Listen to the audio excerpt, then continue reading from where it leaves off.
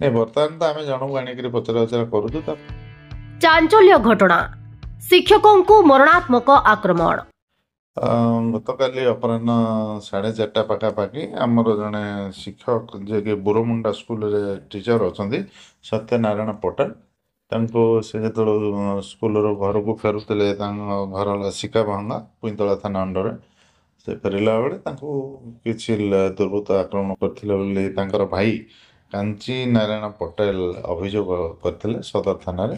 अभियोग आधार में आमर सदर थाना गोटे 4499/24 गोटे केसटे रुजु कराई एवं संपुक्त शिक्षक को मेडिकल एडमिट कराई स्वास्थ्य ठीक अच्छे।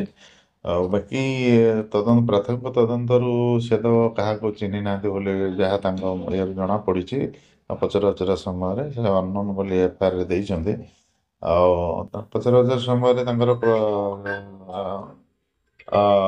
लैंड डिस्प्यूट थिला बोली से कहते तो से आधार में जो मैंने सस्पेक्ट अच्छा आम पचरा उचरा करूँ आनीचु पचरा उचरा करूँ तदंत आगू जारी रही आगे गले जो मैंने प्रकृत अपराधी अच्छा आम निश्चित धरबू तापर अन्य जो मैंने सस्पेक्ट अच्छा आनिक पचरा उचरा करूँ लोकल स्पॉट रे मध्य इन्वेस्टिगेशन करूँ जो मैंने प्रत्यक्षदर्शी अच्छा बयान नौचु नेला परे ही जना पड़ो एक्चुअली के प्रकृत इनवॉल्वमेंट किए अच्छा बर्तमान सुधा सेमती तो किसी से जे कंप्लेनेंट सी एलिगेशन करना कि कौन सामान लुट होना तो से एंगल टाको आम कहीपार।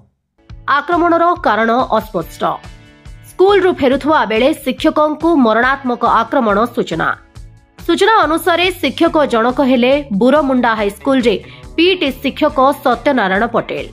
मिलिथिबा सूचना अनुसार बलांगीर सदर थाना अंतर्गत तलीउडार गाँ निकटरे आक्रमण होइथिबा जणा पड़िछि। शिक्षकों को गुरुतर अवस्था बलांगीर भीमभोई मेडिकल रे भर्ती करा जायछि। शिक्षकों घर पुईतला थाना सिका बेहेंगा गाँव रे बोली जणा पड़िछि। सेपटे लोकंक विभिन्न मत प्रकाश पाउछि। पुलिस रो तदंत परे ही मरणात्मक आक्रमणर कारण जणा पड़िबा नै चर्चा हेउछि। ब्यूरो रिपोर्ट खबर खुलासा।